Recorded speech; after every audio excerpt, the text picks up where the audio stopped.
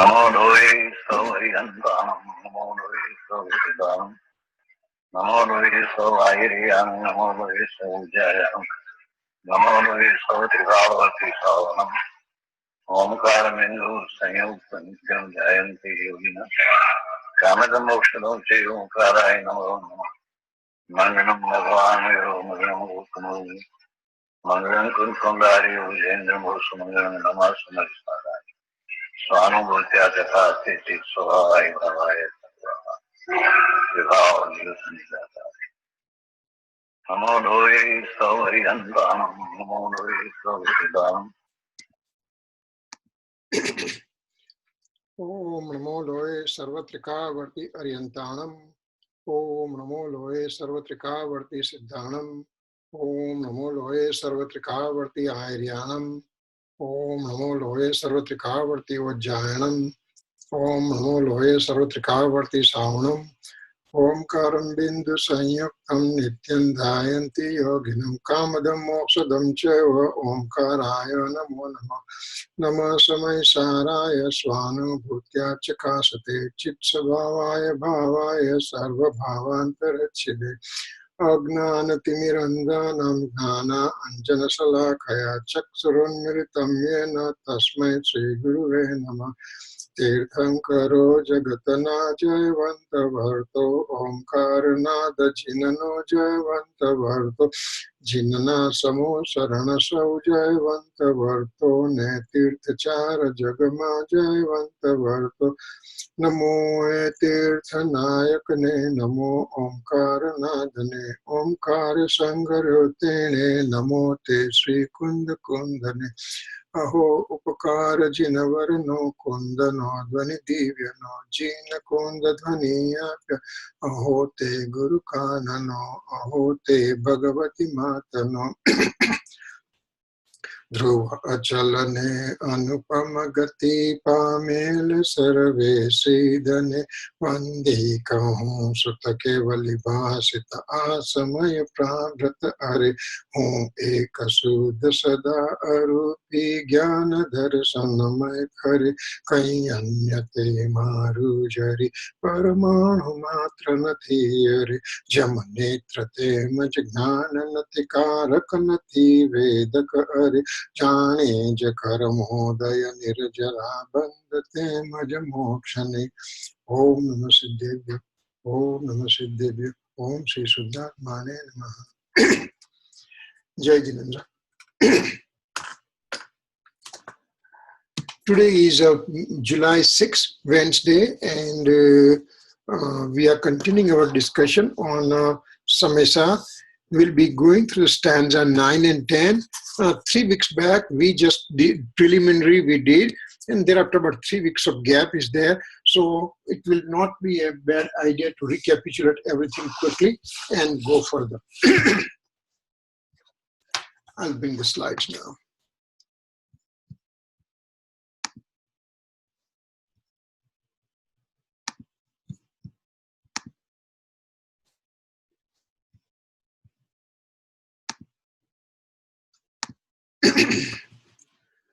So this is stanza number 9 and 10. You can see the slide, right?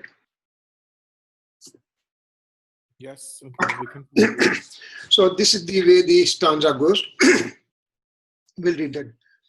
Jo hi sune hari gacchadi appanamidam tu kevalam suddham tam suddha kevali misino vananti loya padivayara jo sudayanam savam janadi sudha kevali tamahu jina ranam appa savam jamha sudha kevali tamha jummam. Again, Gujarati gatha.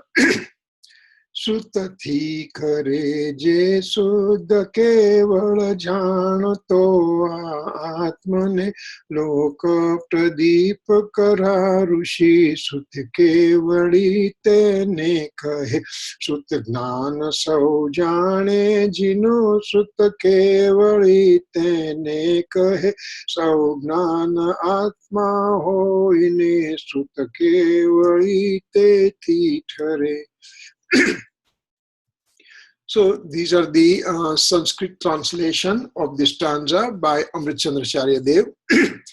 And this is the Gujarati translation by Himmat Bhai Jethalal Shah at Songarh under the directions of Gurudev Sikhanji Swami.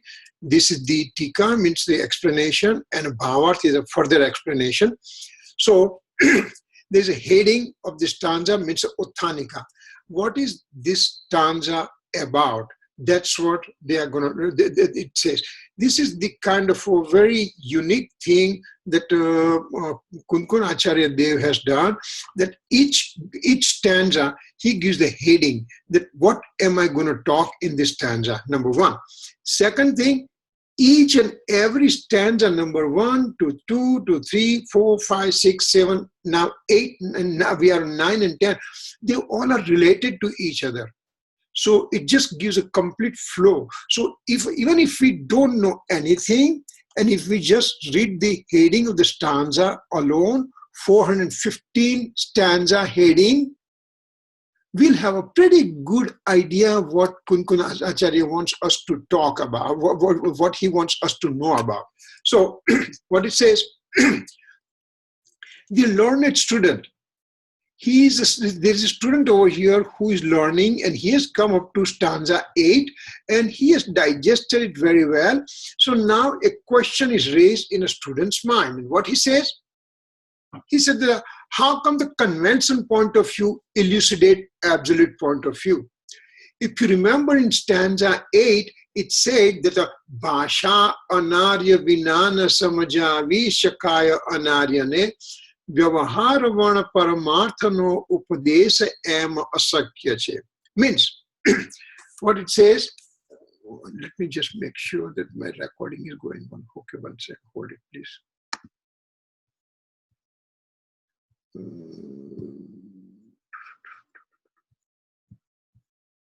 Yes, it's going on. Okay.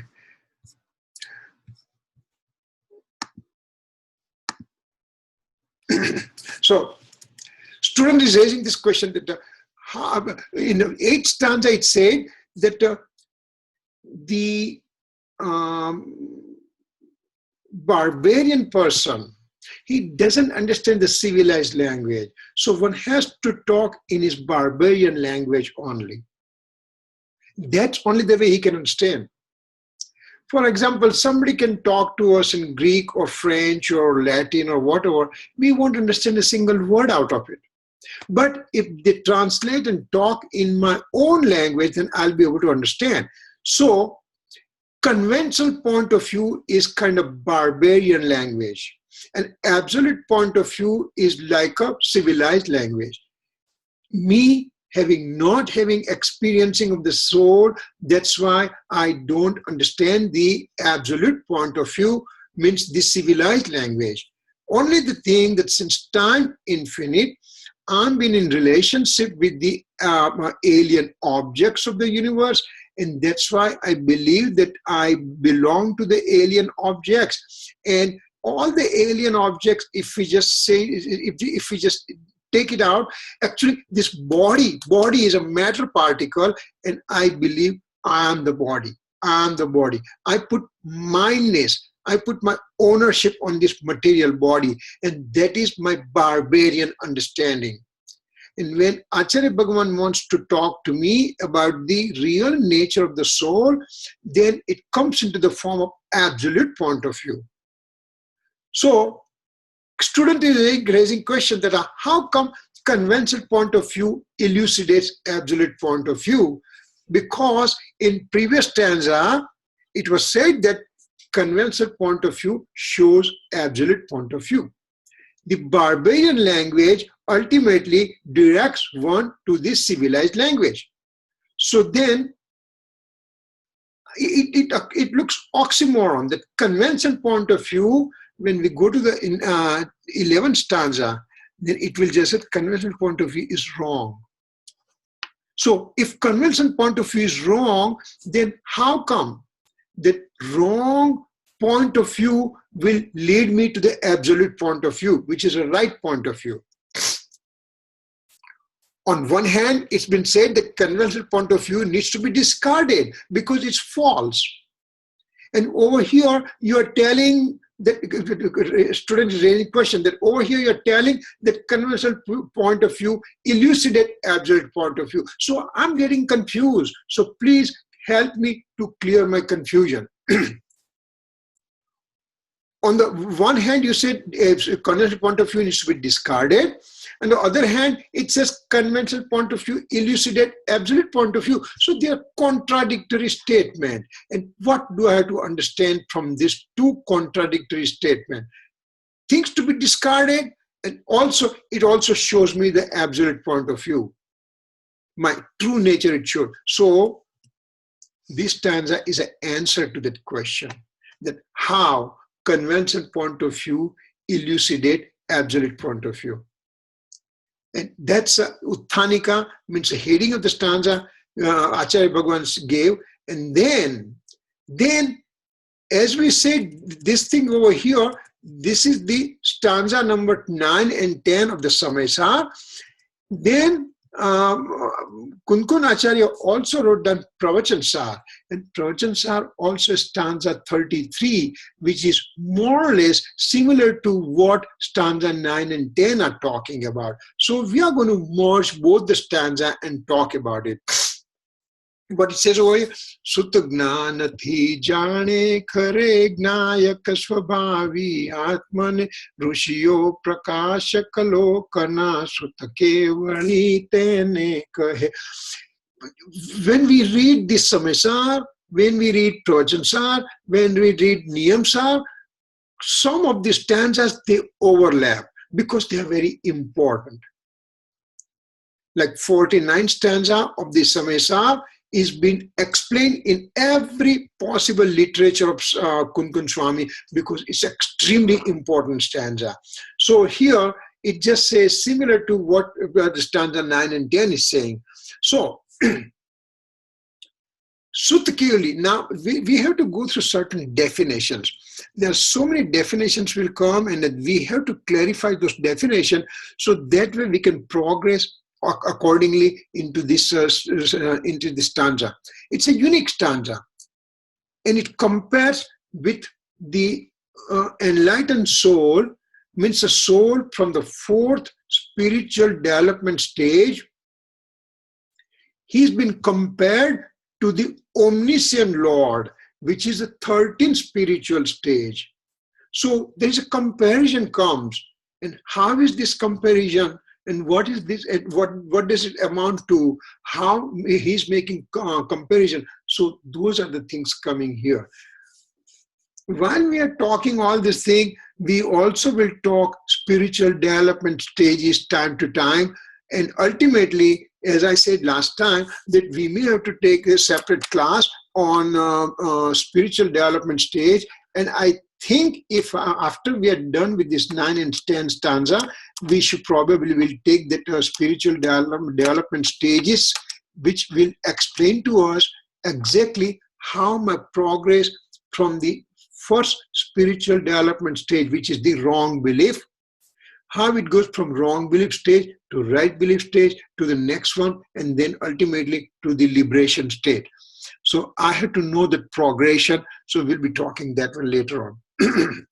So over here, Sutta Kevali. Sutta Kevali means spiritual omniscience, means knowing masters of the scriptures. So there's a definition given over here. One who knows the eternal, indivisible nature of the soul substance with his sacred knowledge.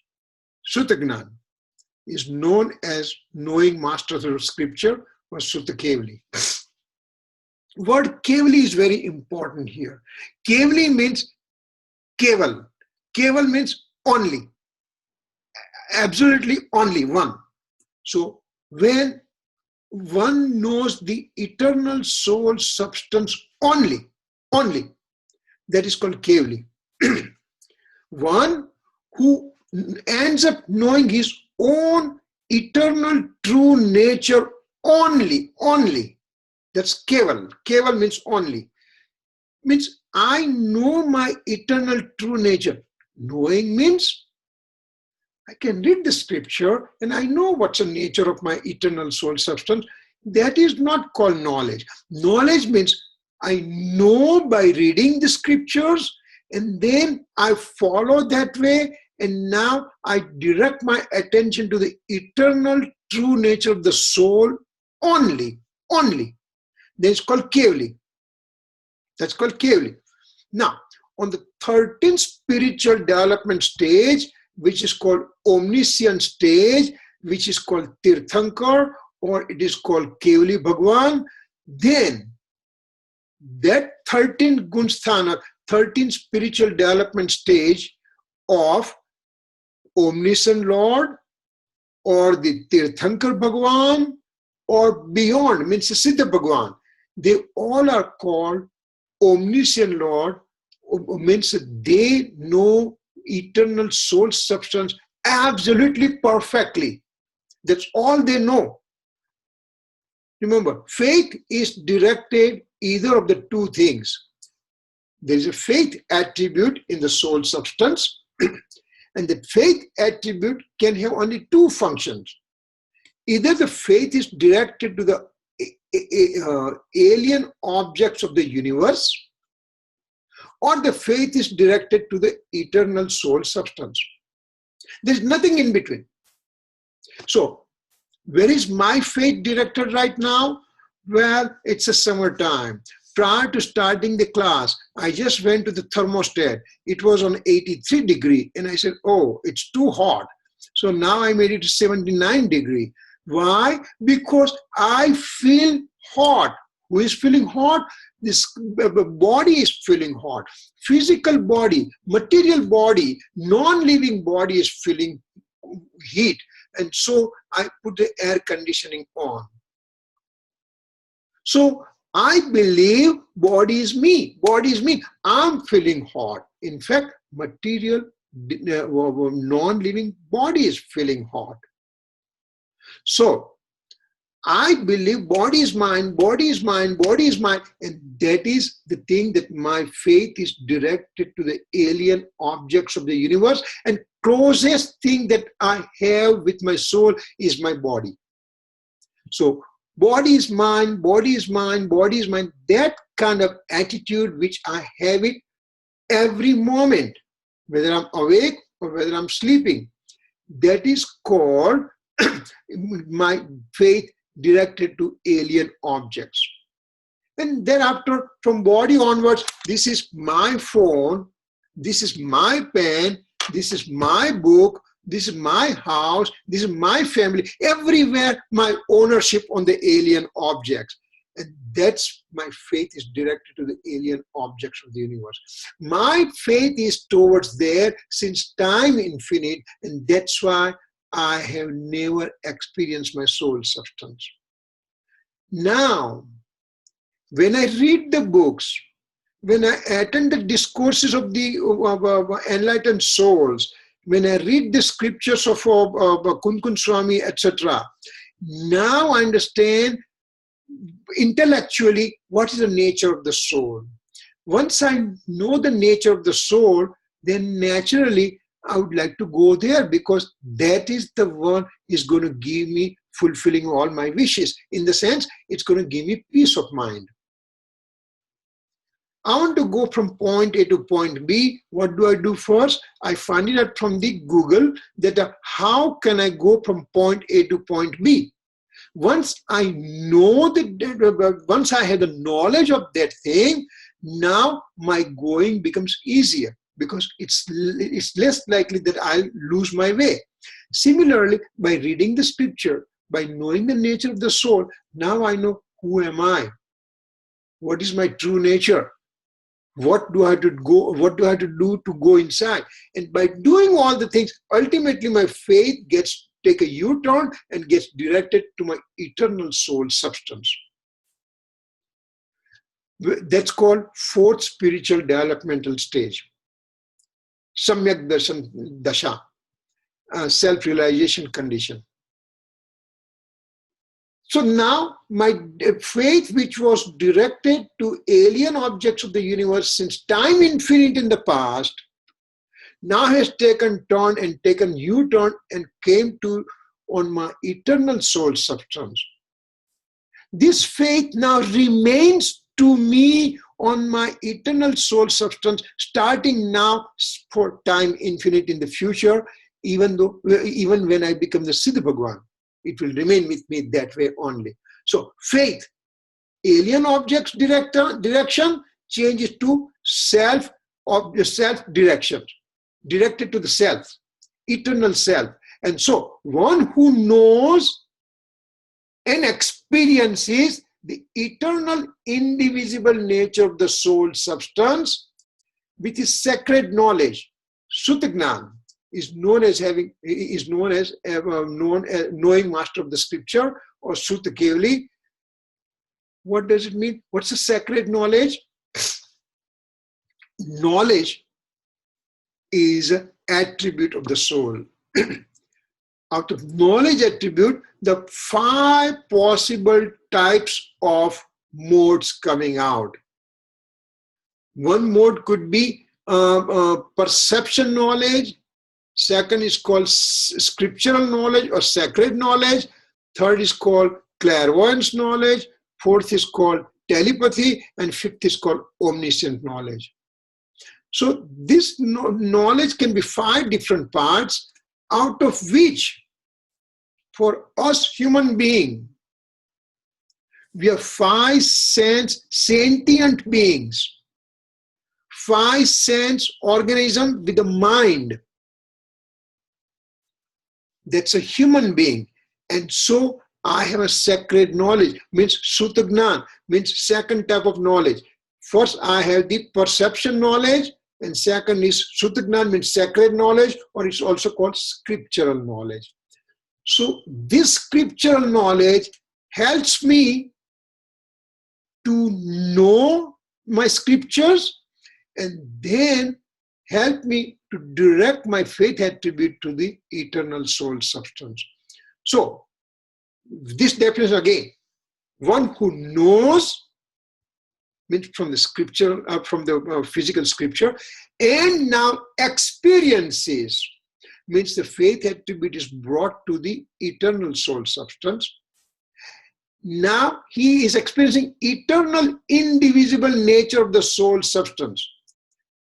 Soul substance is eternal, it's indivisible, it is unique in nature, cannot be divided, and it remains like this forever and ever. So when I direct my attention to the soul substance, with the help of my Sutagnan, with sacred knowledge, with the scriptural knowledge, now with the experiencing of my soul substance with this knowledge, I can be called master of the scripture, knowing masters of the scripture, or Sutta Kevali, or it can also be called scriptural omniscience. So Sutta Kevali or scriptural omniscience or knowing master of the scripture means having the knowledge gathered by reading the scripture, understanding the nature of the soul, and now directing the faith attribute from the alien object back to my eternal soul substance. And that person is called Sutta Kevali. He's called knowing master of the scripture, or he's called scriptural omniscient. Remember, here there is an experiencing of the soul occurs. Right now we all are talking. We understand. We are on the path to have our faith brought to the eternal soul substance. But it has not happened. So all the knowledge gathering, we have it right now. It is having knowledge gathering along with the faith still directed to alien objects. When my knowledge becomes really strong, my knowledge becomes very solid. Now I know that my happiness, my prospectus is staying within. My true nature is the place where I can get the bliss, where I can get happiness. And when I have that kind of knowledge gets stronger and stronger and solidifies deeper and deeper, one final moment, my faith attribute will say, okay, I'm going to bring the faith to the eternal soul substance. And at that time, one will be called Sutta Kevali. Here, important thing is to have experiencing of the soul substance. Remember, knowledge is there. And that kind of knowledge we have gathered infinite times in the past. But I kept it at knowledge level only, and I did not put enough of my personal effort to bring my faith attribute to the eternal soul substance. My whole idea, Acharya Bhagwan says, Kunkun Swami says, Amrit Chandra Acharya says, Gurudev Kanji Swami says, and also Omniscient Lord, everybody says that you read again, you digest it, you just keep on reciting again and again and again and solidify that knowledge. And that will ultimately help faith attribute come to my eternal soul substance. So, Sutta Kevali, scriptural omniscience, knowing master of the scripture, only can be told when there is experiencing of the soul substance. So, one ends up experiencing with his sacred knowledge, and therefore he is called Sutta Kevali. Both the stanza depends on Sutta Kevali definition. So Sutta Kevali, we have to get a proper understanding what exactly Sutta Kevali means. Now, Sutta Kevali goes from 4th spiritual development stage all the way to 12th spiritual developmental stage. Because from 4th spiritual development stage, 4th Gunsthanak, up to 12th Gunsthanak, I have knowledge which is called Sutta. It's called sacred knowledge. That is the one which I have it. As a human being, as a 5-sense sentient being, we all have 2 types of knowledge, perception knowledge and sacred knowledge, or called scriptural knowledge. This sacred knowledge or scriptural knowledge is the one with whose help I will be able to direct my faith to my eternal soul substance. So here experiencing is given a weight for definition of Sutta Kevali. Now, 13th spiritual development stage, 14th spiritual development stage, and beyond means Siddha Bhagwan, means liberated soul. They are called Omniscient Lord. And they also know the eternal true nature of the soul, but they know with their omniscience knowledge, Keval Gnan. Now, here we just say Sutta Gnan, and we are also saying Keval Gnan. Sutta Gnan is there from 4th to 12th spiritual developmental stage. And 13th spiritual stage, 14th spiritual stage, and Siddha Bhagwan, they are called Omniscient Lord, and they have the omniscience knowledge.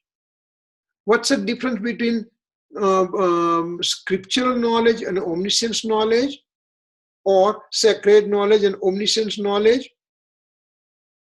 Omniscient knowledge knows everything in the universe, all the universal substances, their past, present, and future modes. Omniscient Lord can perceive in one samay, one moment, complete perception. While Sutta Kevali means a sacred knowledge or the scriptural knowledge, what does it do? It knows, but it knows with a divisional aspect, and it doesn't know within one samay. It takes more time. So scriptural knowledge is partial knowledge compared to omniscience knowledge. In the 33 stanza of Pravachan, it says that the omniscience knowledge is like knowing with the sunlight,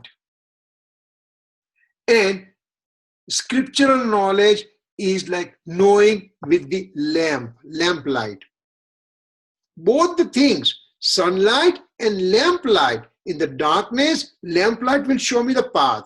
In the daytime, sunlight will show me the path. Sun is a brighter and lamp is a weaker, but they both will show me the pathway. So Sutagnan, Sutakevali, or scriptural omniscience, or knowing master of the scripture, their knowledge is kind of little bit limited compared to omniscience knowledge, which is a perfect knowledge. So these two stanzas, I'm trying to explain to you difference between the omniscient knowledge and the scriptural knowledge. And then it says what happens with the experiencing and everything. So this is our basis that we have to understand. Once we have clarity of this subject in our mind, now we'll be able to understand better and better of the next sets of things coming. This one is, as I said, stanza 33, which is similar to the Samaysar 9 and 10 stanza. You may ask question, what's the difference between Pravachansar and what's the difference between Samaysar? Kunkun Swami, Lord Kunkun Swami, the Acharya Kunkun Swami went with his physical body to Mahavidya Kshetra. What is Mahavidya Kshetra? Again, we'll have to take the Jain geography one time, and that will also give us an idea. But we are living in the southern part of the Jambu area. Jambu is a Jambu island. We live in the southern area. It's called Bharat Kshetra. Northern area is called Airavat Kshetra. And in the center, there is called Mahavidya Kshetra. And in Mahavidya Kshetra, there are always Tirthankar Bhagwan present. So when Kunkun Swami had a question, Kunkun Swami was a very highly learned Acharya monk, Acharya Bhagwan. He was a very highly learned monk, and he was in 6th and 7th spiritual stage, and he had certain question in his mind about the scripture, about the spirituality. So with his own physical body, he had the capacity, he had extraordinary capacity to travel into the space. Some of the highly learned monks, they can have some extraordinary capacity, and they may be able to use sometimes for benefiting of the self and or benefit of the nation at large. They won't use it for their personal gain. Just because I have that capacity, oh, let me show it to everybody and make money out. No, he will not do that. Muni Raj at 6th and 7th spiritual stage, when they have those capacities, there are several different types of capacities that they may possibly gain. Not every Muni Raj will gain it. Some may gain it. They are called Charan Labdhidhari Muni Raj. So Kunkun Swami had this capacity, his attainment, and as a result, he went to Mahavidya Kshetra. 2000 years back, he went there and he stayed for 8 days. And he went to preaching assembly of the Simandha Swami. Simandha Swami Samosaran. He listened to the discourses of Simandha Swami. He also discussed with lots of Sutta Kevalis there. Remember Sutta Kevali? Sutta Kevali means the one who has experienced individual nature of the soul and also had sacred knowledge. Those kind of learned saints, he discussed those things. He cleared his doubts and he came back to Bharat Kshetra, means our area. And in southern India, he was there. And right now also, he was on a Vipulgiri mountains in a Karnataka state, and there are footprints are there. And whatever scriptures that he wrote down on the palm leaves, they are also preserved right now in southern India. So once he came back, then he started writing the scriptures. The very first scripture he wrote down was a Pravachansar. And thereafter, second scripture he wrote down was Samaysar. He also wrote down Niyamsar. What are these different scriptures? What do they teach us? How do they relate to each other?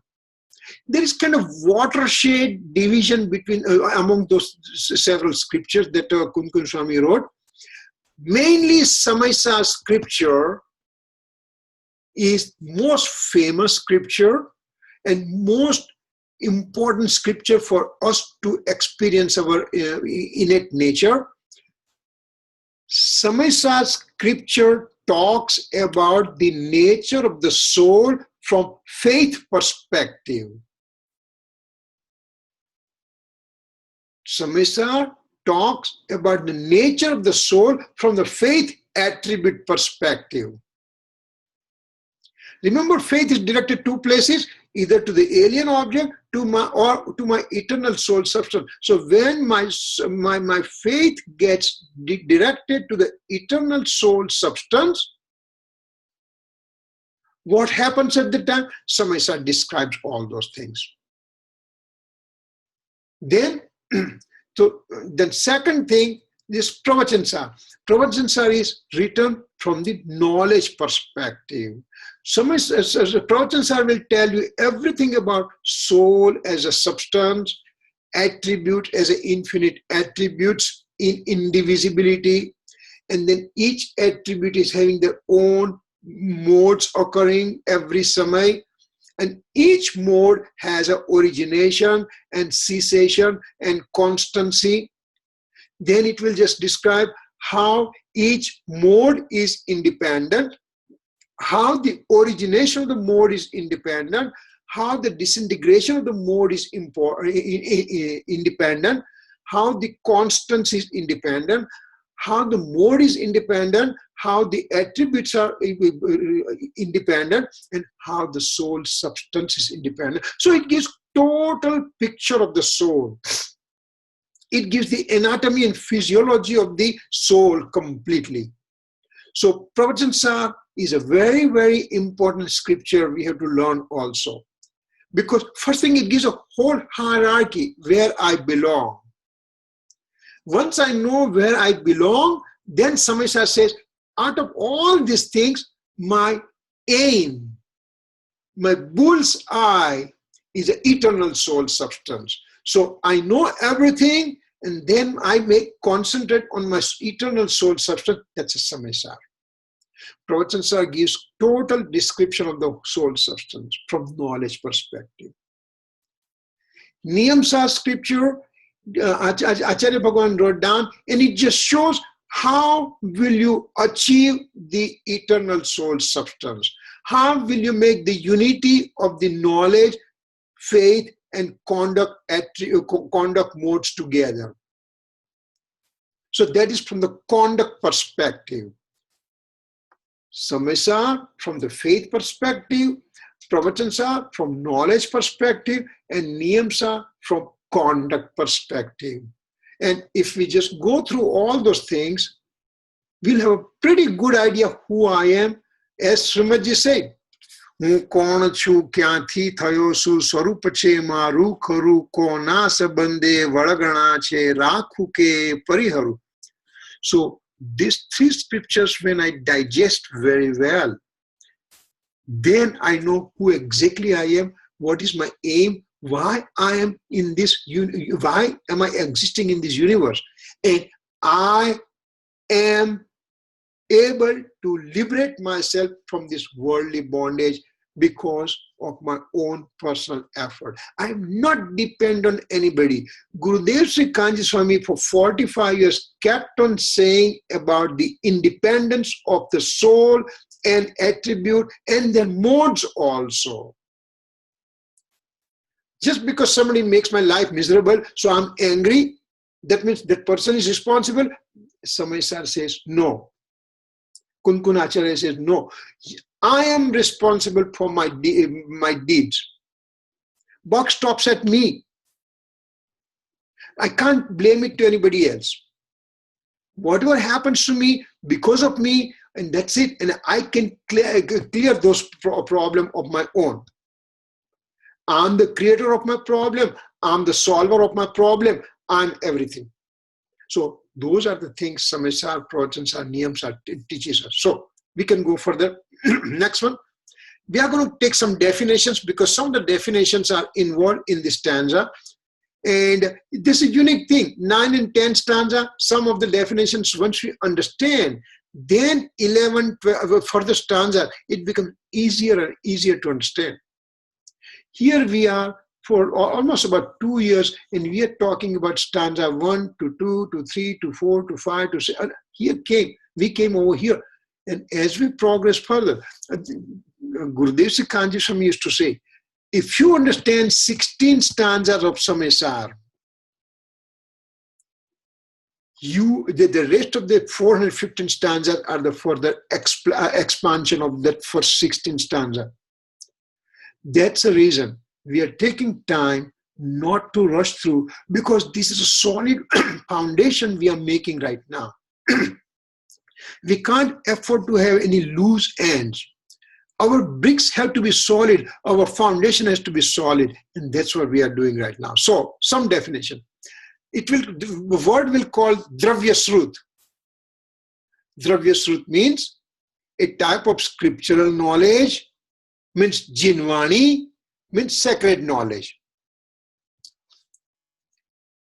In our philosophy, Omniscient Lord is considered as our Father, who has shown the path to us. And Jinvani is our mother. So, Omniscient Lord, my Father, and Jinvani means scriptural knowledge, my scriptural books, they are my mother. So, I have to really, really respect my mother and father. And so Jinvani has to be respected immensely. That's why when we start Swadhay, we do the Mangalacharan. When we end the Swadhay, we do 9 Namokar mantra. So we are giving respect toward Jinvani. So this is very important. So that's called Dravya Srut. Dravya means material, and Srut means one which gives the knowledge. This is my Samaysar book. My Samaysar book is a scripture, and when I read, then I understand. And when I understand, I know about my soul substance. So Jinvani is my mother, and that's called Dravya Srut.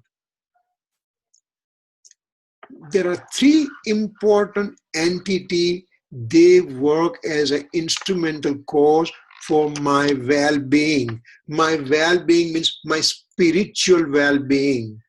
What are those 3 entities?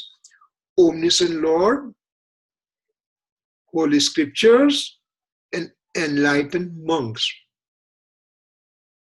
Dev, Shastra, and Guru. These are the 3 important entities that they act as an instrumental cause for my spiritual well-being. Dev, Shastra, Guru, Omniscient Lord, Holy Scripture, and enlightened monks. So they are the one guiding me.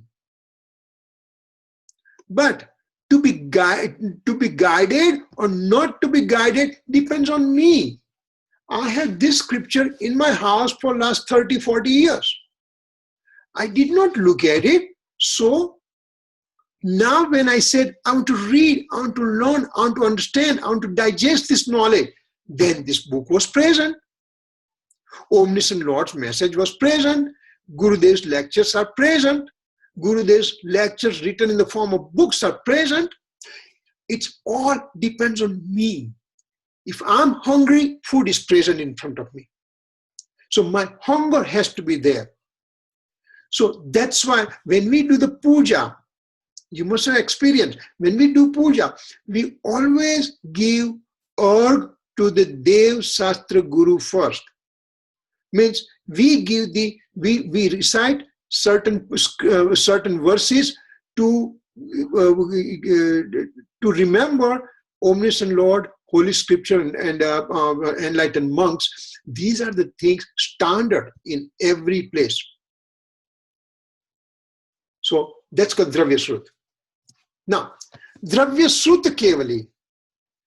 Now, what is Dravya Shrut Kevali? It's a knowledge, scriptural knowledge, full or partial, along with self-realization.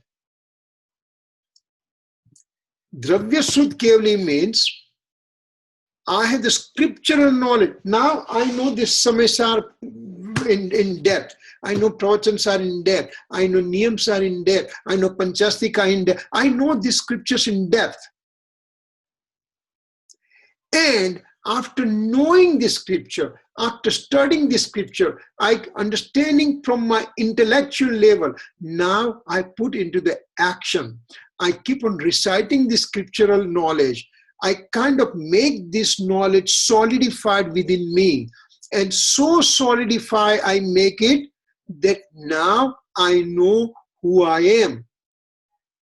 I'm the all-knower, Ugnayakshu, Ugnayakshu, Ugnayakshu. I'm the all-knower soul substance. I'm the all-knower soul substance. I know, I have capacity to know everything. This kind of recitation keeps on going within me. And when that happens, now the faith attributes, just as my faith mode, which is directed to the alien object, gets converted and now gets directed to my eternal soul substance. And that gives me self-realization. When with this scriptural knowledge, I get the self-realization, then the scriptural knowledge is called Dravya Shrut Kevali. I gather all the knowledge, but it remains as a knowledge form only. And I did not progress further. I did not go into my self-experiencing faith. Then it's all useless. So I have to know this knowledge. I have to know this scriptural knowledge. And after knowing that one, after solidifying that knowledge, now I direct my faith mode to my eternal soul substance. And at that time, this knowledge is called Dravya Shrut Kevali. This definition is from the point of external scriptural point of view. We are putting weight on the external scripture. I have the scriptural knowledge. I have the scriptural knowledge followed by experiencing. So that whole situation is now called Dravya Shrut Kevali. Full or partial, we'll talk later on. Right now, it's not the point. We'll just talk later on about it because it will come further.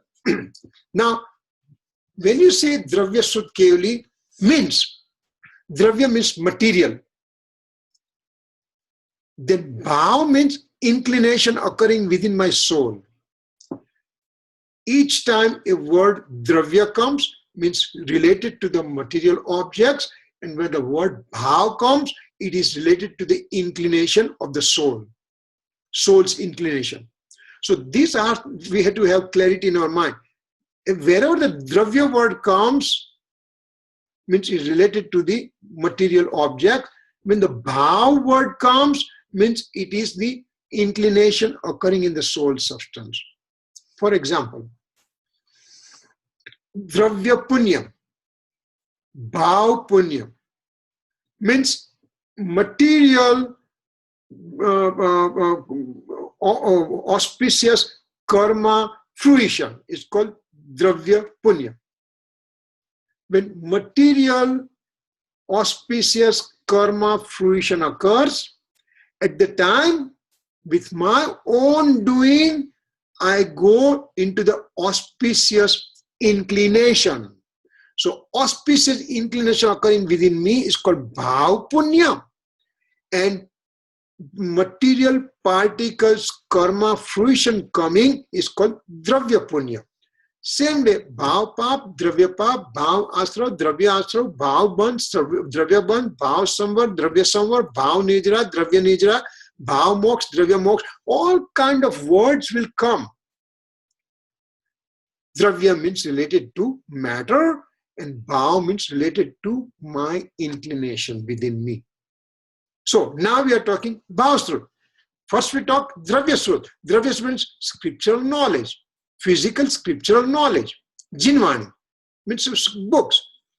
Bhav means sacred knowledge along with experiencing the nature of the eternal self is known as bhav.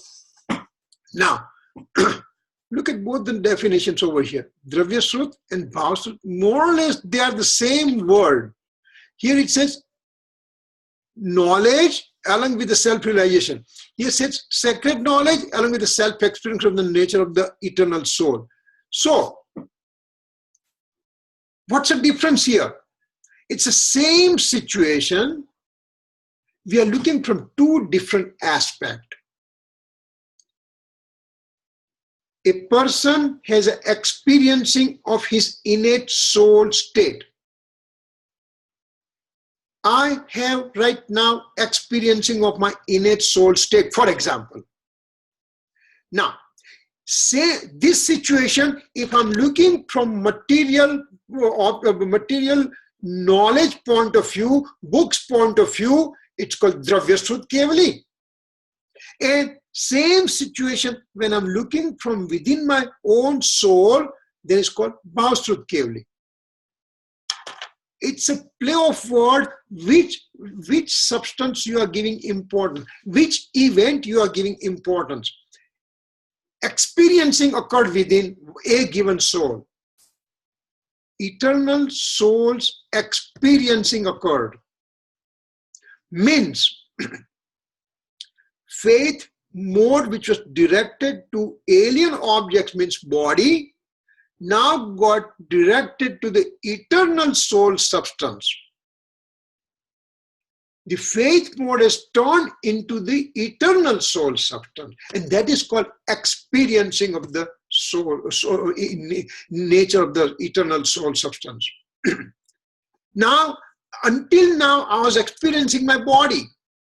I'm feeling hot, I'm feeling cold, I'm hungry, I'm thirsty, I'm tired, I'm sleepy, I'm angry. Those are the things I was experiencing my physical body state. Instead of that, now my faith mode is translated into and directed to the eternal soul substance, means I have now experiencing of the soul substance.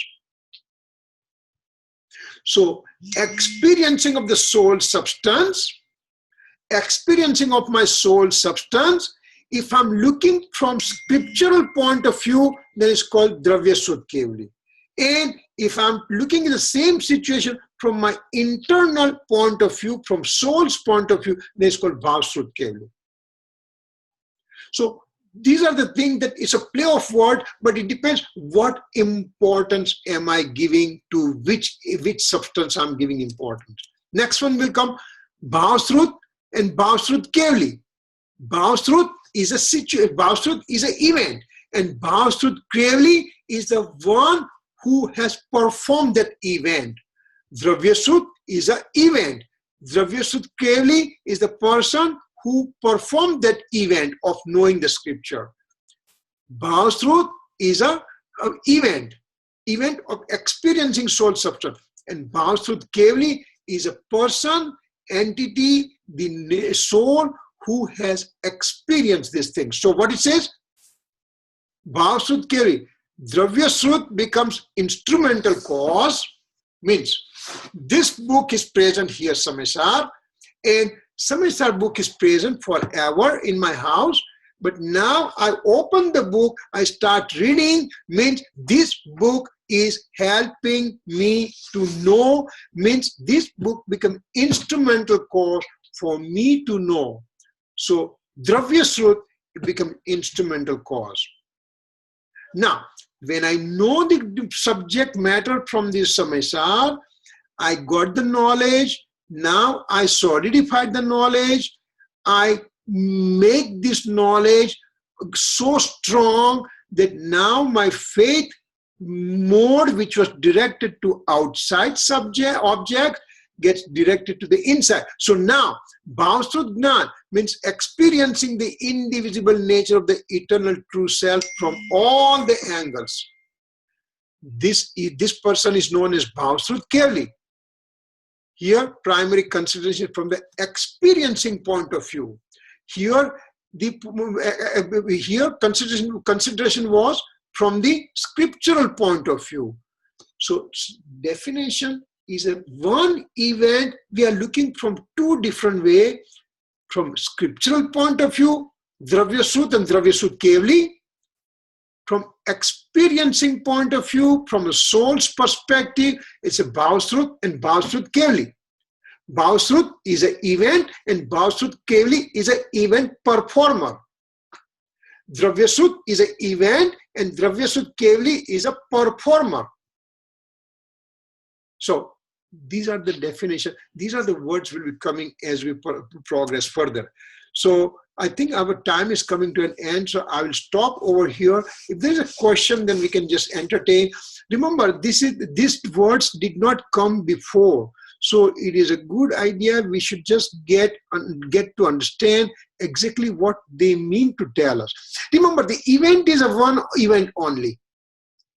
For example, sun is setting right now, and in about an hour or hour and a half or so in Arizona, sun will set, and the dusk will occur. It's a sun has set, darkness has not yet come in. That's your dusk. Now, do you call that as a day or do you call as a night? Well, because sun is not there, that's why I call it as a night. But because you still have the dusk, light is present, so I can call day. Events, situation is same. Is look from the two different perspectives. And that's the same thing over here. Dravyasut Kevli is looking from the external scriptural point of view. Bhavsrut Kevli from experiencing phase. But in situation, what it is, in actual situation is a knowledge gathered by me, solidification of the knowledge, and with that solidification of knowledge, now my faith mode gets transmitted from, it gets turned from the alien objects of the universe back to me, and that's an event. And we are looking from two different angles. You know? If there is a question, we can entertain the question here. We have a couple of minutes out there.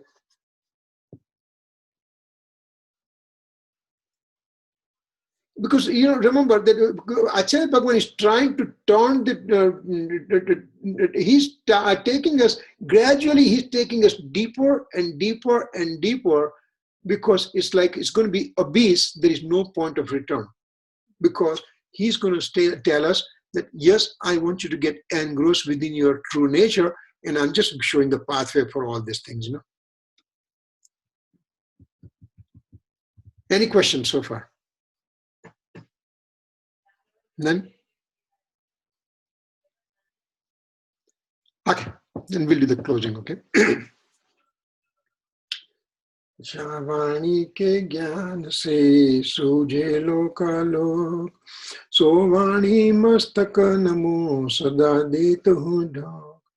9 times Namoka mantra.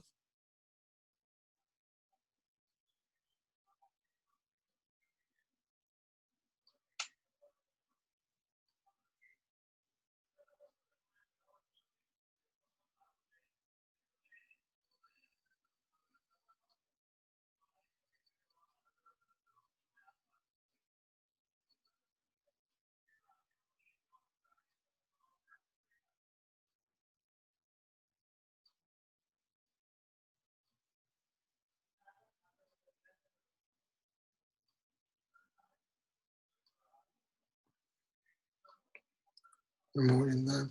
Jai Janendra, Mitchai Tukram, thank you very much. And, we'll meet next week, okay?